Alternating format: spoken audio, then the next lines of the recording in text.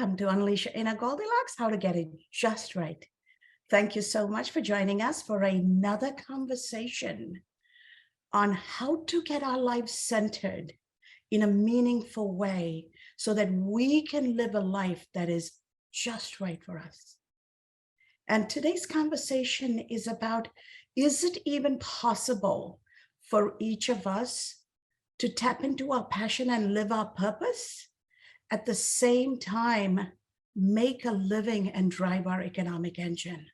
A lot of times people struggle with that. How do I find my purpose? How do I tie that to driving my economic engine? And what are some of the prudent, ethical, and governance-centric choices we're going to make? How does all of this work, and can I do it alone? Do I need somebody's help? Are there coaches and experts out there who are going to help me? Think about it for a moment. Even Michael Jordan had a coach. Tiger Woods had a coach. The best players of any sport always had a coach. So why don't we think about who is going to be my guiding light to help me stay on top of the game so that I continually improve and I continue to stay my purpose and continue to thrive? It's not an easy task, and it's always better to have somebody or a group of folks along for the ride. And that is the conversation we're going to have today.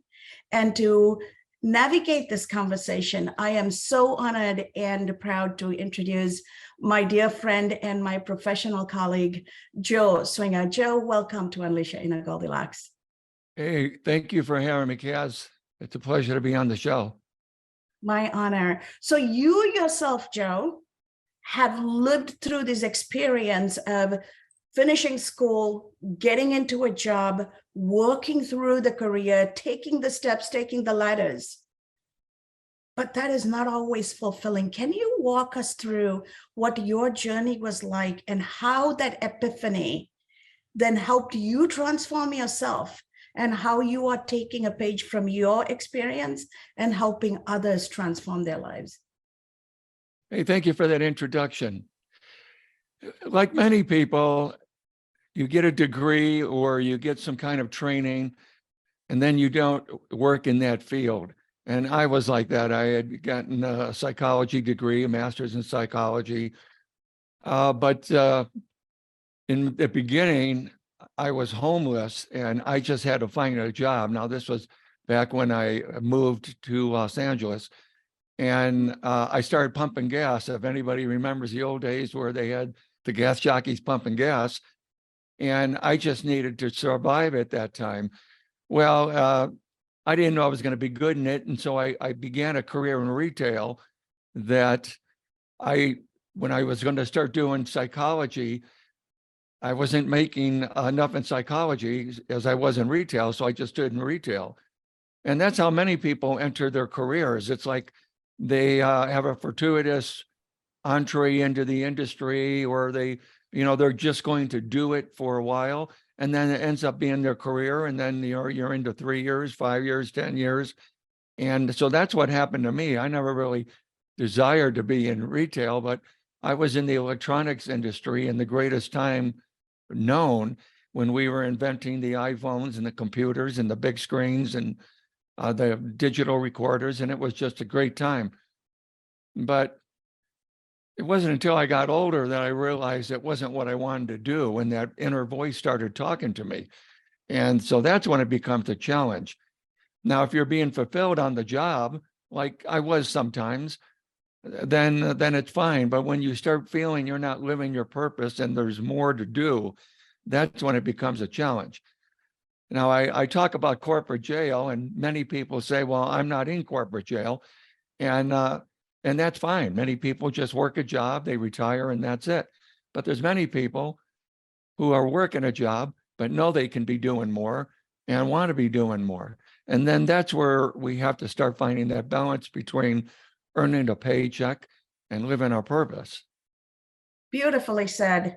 And so as you're talking, what's coming up for me is I'm relating your story and your journey to mine. And I worked in the corporate sector. I also found that no matter how fulfilling the job was, it didn't tick all the boxes for me. There were pieces of me that was not fulfilled. So I started writing, I started doing my podcast, I started teaching, I started volunteering. So what about the fact that if people don't feel like they're in corporate jail and they're getting some fulfillment from what they do, but there's still pieces of them missing? What advice do you have for them to layer in the elements that's needed? You need family, you need friends, you need hobbies. And how do you layer all of this in to even have passive income or do other things to keep yourself fulfilled in addition to being in that corporate job?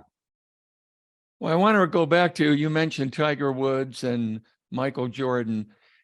The fact is, when they were in high school, or Michael Jordan is in North Carolina and Tiger Woods was playing for Stanford, you're at a level that you're fulfilled. But as you start becoming great and acquiring wisdom and skills, that's really when it starts to come into play. It's kind of, you start working for people that you know are not doing ethical things, or they're not very good leaders.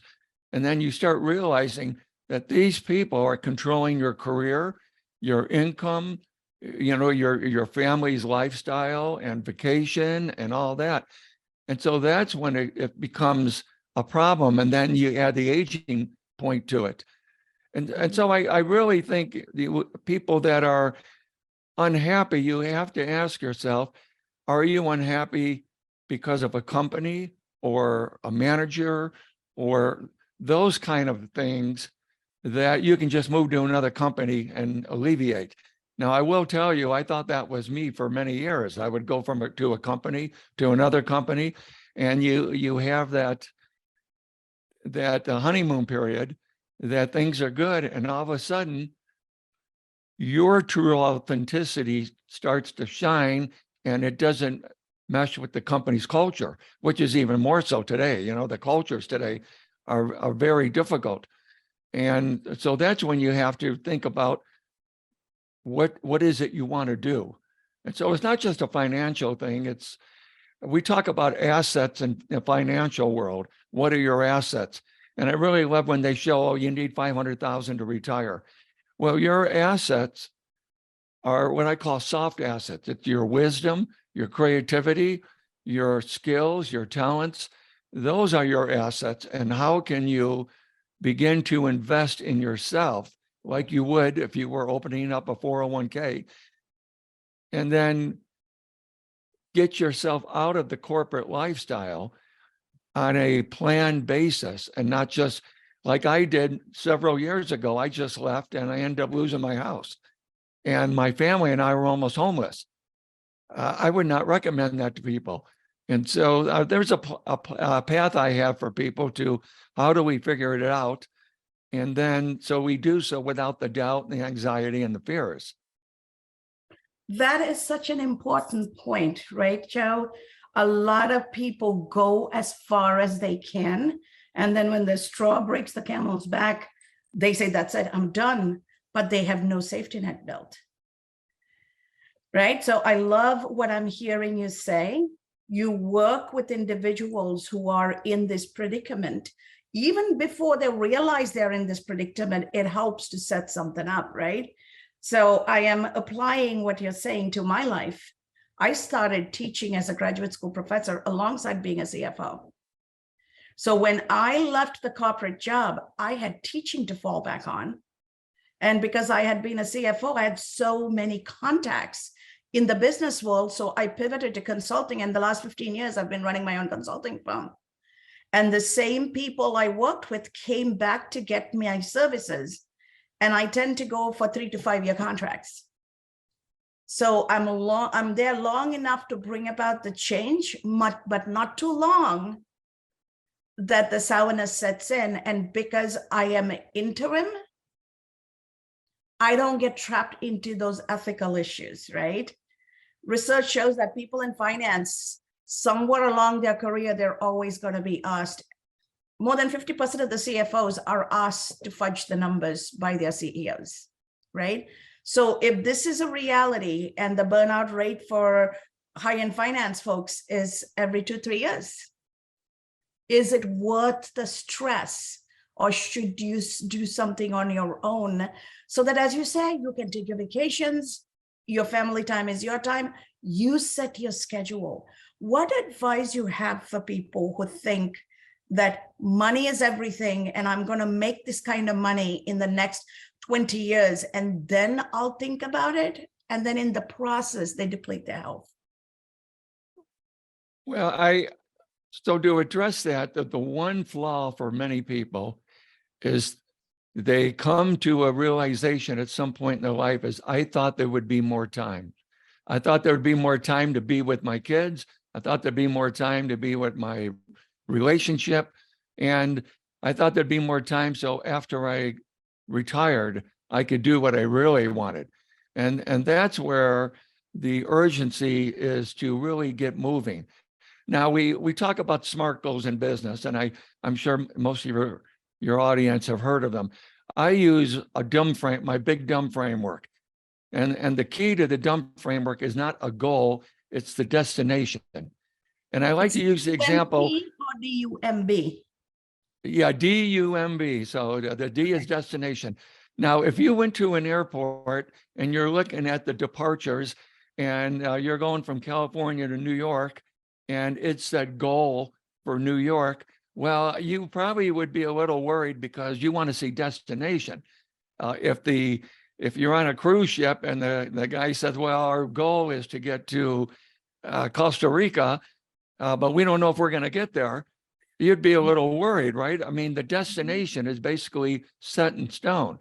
And so you have to ask yourself, what is my destination? Where do I want to go? Just like you're going on a trip. And if you're going to go to Hawaii in 6 months, you're going to plan it.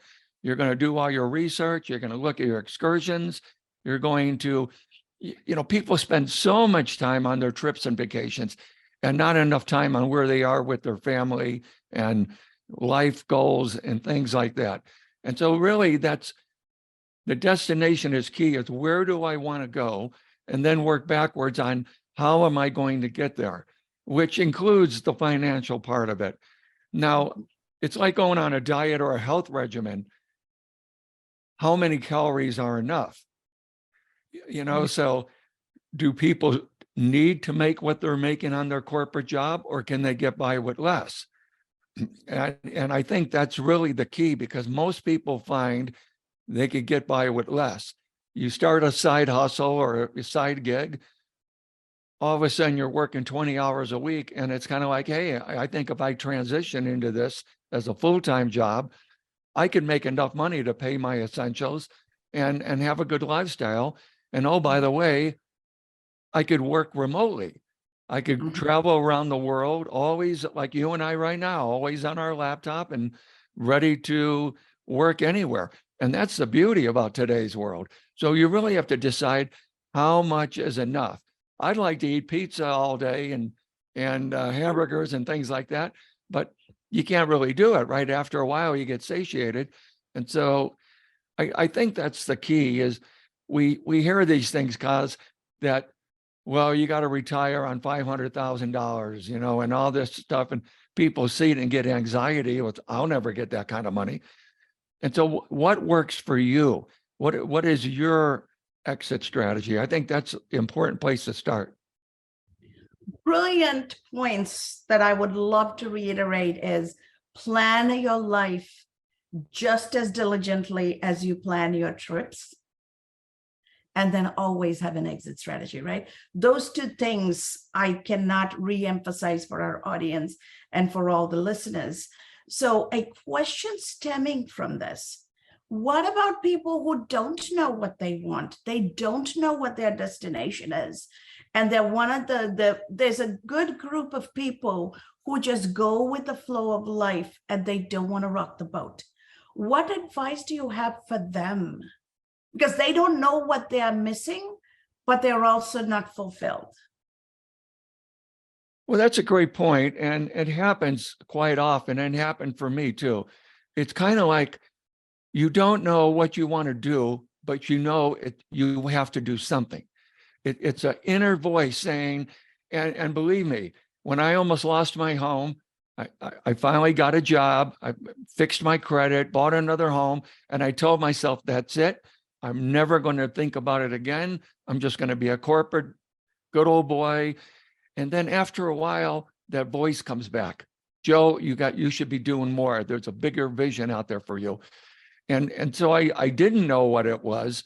And so like you were talking about, you ease into things and you find out, maybe it is education, maybe it's volunteering, maybe it's, you want to be a content creator and things like that.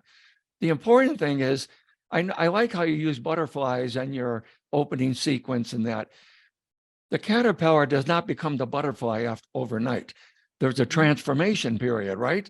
It goes into the cocoon and there's that period of becoming, and then out comes the beautiful butterfly. Well, it's like you can think of it as the messy middle. And we go into a cocoon and we kind of find out, what do we want to be? Who do we want to be? What do we want to do? And so that's what the dumb framework is. It's first the destination, but then the uniqueness is the you. Who are you going to become? How are you going to stand out in the marketplace and be unique, no matter what you do, service or product or whatever? And then the M is monetization. How are you going to monetize it? How much money is enough, And then the B is the belief, which is a big part of it because many people have the fear and the doubt. And so the corporate jail is the mindset.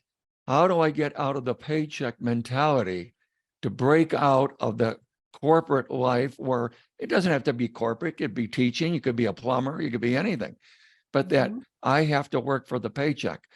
And so when we talk about a coach, that's what a coach does. They walk you through the process because when we're in it, it's difficult to see exactly what's going on. I went to a store once and I was talking about somebody about the store. He goes, well, Joe, I never thought about it. I didn't know I was walking in crap until you pointed it out. And that's what happens oftentimes. We don't realize it. And that's true because we're too close to it, right? Just like we don't hear our voice the way the rest of the world hears it, we hear it inside our head. So the same way, we are too close to see our life. And I am a believer that having confidants, blind spot watchers, your own board of trustees, and your own group of coaches and blind spot watchers, all of this together make our life better, right? You and I and a group of others do this for each other. Robin is here. Robin is part of my community that we lift each other up and we tap each other on the shoulder and say, hey, have you thought about it? What is one piece of advice you will have for folks out there as a singular first step to get to a point where they give themselves a chance to become the butterfly? Well, I say you have to take action. And I think Tony Robbins has a quote, your destiny is made in the moments of your decision. And you have to decide that today is the day that I'm going to become a different person. The Olympians, it takes 4 years to be an Olympian because it's every 4 years, whether you're summer or winter. But so in those 4 years, they're training, they're becoming who they want to be at the end. And so we have to decide today that we are going to take action on whatever it is that we want to do.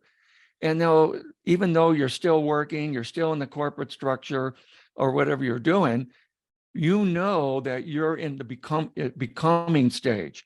And there's a great way of saying that success is the progressive realization to a worthy goal or ideal. And so you just start today on that goal and you're a success. It's amazing. If you go to college, a 4-year degree, you don't worry about, it's going to be so long. You're just getting your degree. It takes 4 years. Now it's about 5 or 6, but so you have to be okay with that transformative state. But the fact that you're aware and taking action is really the greatest thing, because like I said a few moments ago, I thought there would be more time.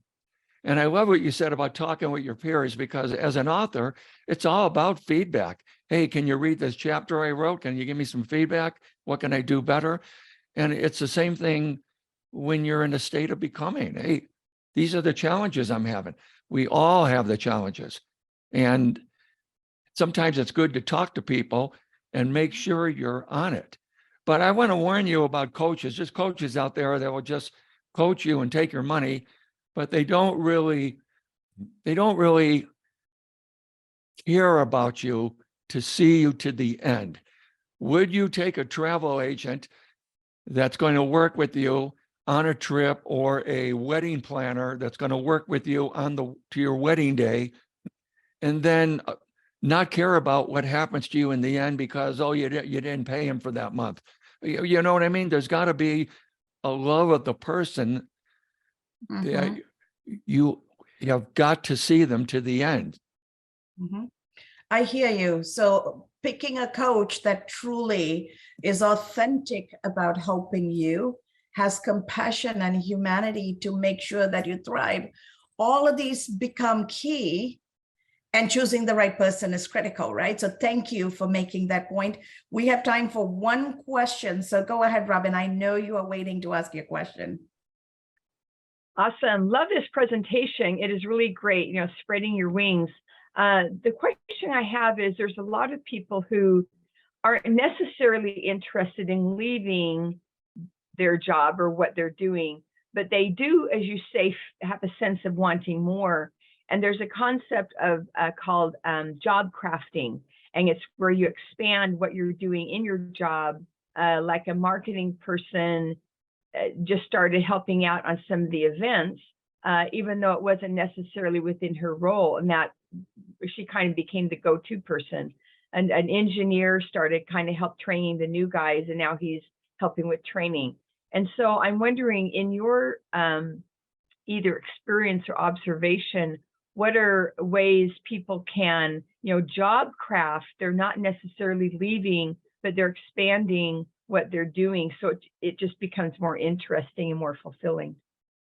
Well, that's a great question, Robin. And I have done that in the past. It's kind of like, if the company doesn't have the job that matches your strengths, and create it, and do these like projects and things that can maybe open up to something. And I have done that in the past. Now, in my experience, it really depends on the awareness and capacity of the leadership above you, because they have to recognize, hey, this is something that's worthwhile. This is the person for the position, those kind of things. And I'm sure there's companies out there. I just haven't found them. In my case, especially in my last company, I was told to tone down what I was doing because I was making the other managers and leadership look bad, because I was doing a thing for new hires, and I would have programs in place for new hires and give them, bags of candy, and I had my whole team involved. And the other employees that were being hired for other managers said, well, why does Joe's team get A, B, and C, and my team doesn't? And so rather than rise, a rising tide lifts all boats, they wanted me to tone it down. So it really depends, but that's a great point, and that is a way for people to really find fulfillment in what they're doing. And I think that may be a little more applicable now in today's remote environment, that if you're not in the corporate office city, say the corporate office is in Atlanta and you're in Phoenix, that maybe you could still do things with Zoom and things like that maybe weren't available back then. So I think that's a great point, and try and maybe see. And the great thing about it is, if it doesn't work for the company, maybe you create something that you can use on the outside as one of your assets to kind of segue into your business. Beautiful. Thank you. Thank you. Excellent. Thank you. Wonderfully realistic question, Robin. And I'm so glad you tied it to the modern reality of the transformation of the workplace itself, right? So as we bring this to a close, I have made sure that our audience have your LinkedIn address so that they can connect with you. We will make sure that it goes on the YouTube channel. Is there one closing thought you have that you can share within 30 to 60 seconds as we bring this to a close and leave a last word from you? Yeah, Kaz, thank you for this. This has been beautiful. And your question, Robin, I think you just can't settle. You have to, what is your purpose, whether you're in your 30s, 40s, 50s, 60s, is what is your purpose going to be for the next 5, 10, 15, 20 years? Where do you see yourself? What do you want to do for your family and your legacy? And if it's on a job and you just want to get that retirement, that's great. But think about what you want to do and take action today. Make that decision that you are going to change your life. Like I said, whether it's a health regimen or a new work or a relationship or whatever it is you want to do. Great ideas without execution and action are really just great ideas. I couldn't have said it any better. So folks, as we bring this to a close, take to heart the dumb rule that Joe shared with us. Make sure you know your destination. And if you don't, hire a coach who cares about you, who will help you identify it and craft your journey towards it and support your journey towards it.